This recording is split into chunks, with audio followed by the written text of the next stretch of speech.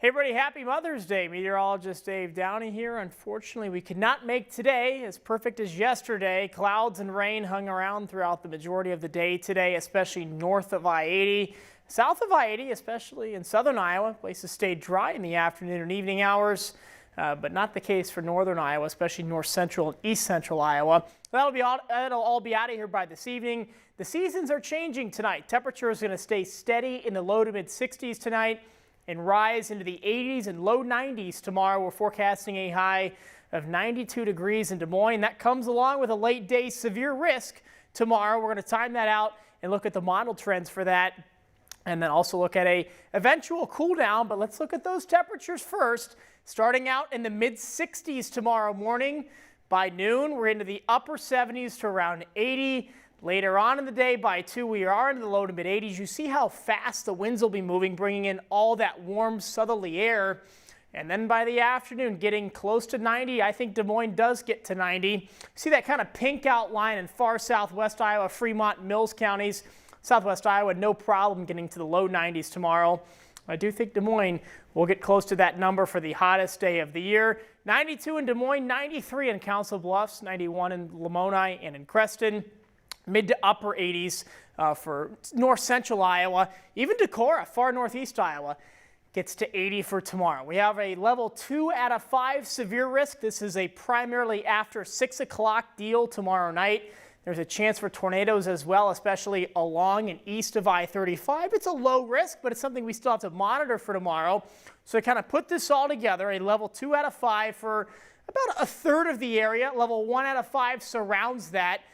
For the rest of central Iowa. I still think the tornado threat is low. The best risk, especially as these storms kind of form around the metro, is what the models think, and then track to the northeast.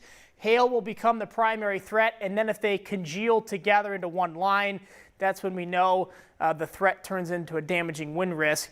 So let's time this out. Early in the day, there's going to be a lid on thunderstorm activity that's kind of denoted by this blue shade here. But then as this frontal boundary gets closer and closer to Iowa, you can see there's some holes in that lid. So that lid starts to weaken and eventually fall apart completely by the evening hours. This model has us dry through about 8 o'clock through sunset. I'm not sure how much I believe this. I think right around 7 or 8 o'clock, some storms will start to fire pretty much right over Des Moines, right over central Iowa. This model has them getting going first in northeastern Iowa, and then a couple more closer to the metro here after midnight or around midnight. I want to stress that the later and later this gets, the lower and lower the tornado threat gets. Most of these, you can kind of see that little pink dot right there. That's basically saying the model thinks we could see some hail. Hail is probable no matter what.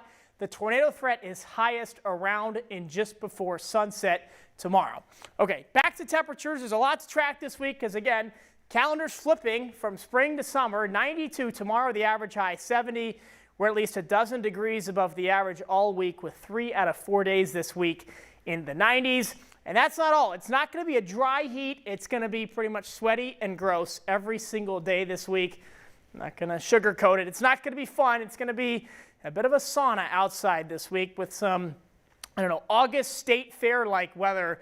And some feels like temperatures getting well into the 90s. Wednesday will be the muggiest day of the week.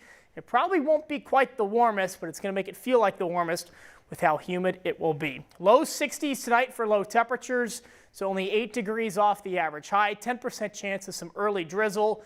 30% chance of some severe storms late. I want to stress that as storms do form, they will likely turn severe with that hail and a small tornado threat. Very windy tomorrow also, with gusts up to 35 miles per hour. Here's your Holt Plumbing Heating 10-day forecast. The temperatures are on a downturn through this weekend, especially Friday and Saturday when we see our next cold front arrive, and then back to the seasonal territory in about a week's time.